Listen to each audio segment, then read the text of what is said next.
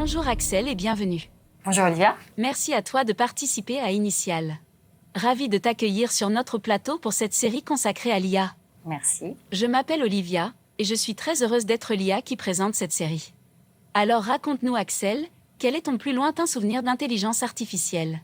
Alors paradoxalement, c'est arrivé avec les sujets de développement durable. C'est des sujets qui dépendent beaucoup de la collecte, de l'analyse des données, de la modélisation, de la prédiction. Donc la technologie va jouer un rôle central. Et en même temps, c'est un peu contraire aux enjeux de sobriété. Un souvenir plein de paradoxes. Et donc, dirais-tu que l'IA est une évolution ou une révolution ? Révolution, on le voit, on est dans une accélération qui est sans rapport avec ce qu'on a connu sur les 10 dernières années dans la révolution numérique. On le voit par la rapidité d'appropriation, d'expérimentation, les investissements qui sont réalisés, aussi l'ensemble des champs qui sont couverts.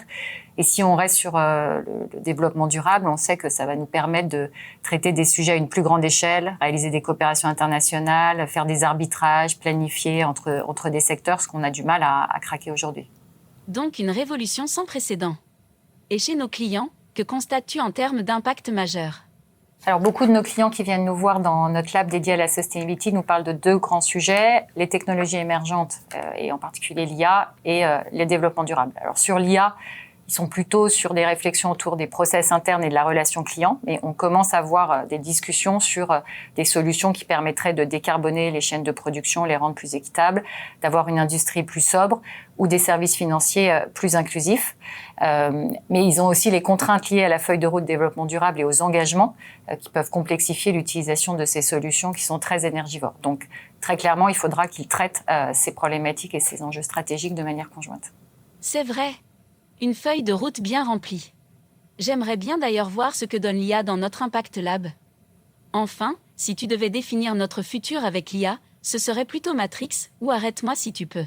Alors, il y a certains cas d'usage qui peuvent faire penser à Matrix, mais c'est pas l'essentiel. Moi, je pense plutôt à Her, avec Joaquin Phoenix, où finalement il oublie que c'est une IA. Et je pense que c'est là où on doit se poser les bonnes questions et se dire que c'est avant tout un moyen, un outil et pas une fin en soi.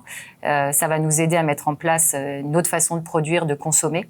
Mais il faut derrière réinventer les modèles et puis mettre en place de quoi mesurer et contrôler l'impact sur l'éthique et sur l'empreinte carbone de ces technologies.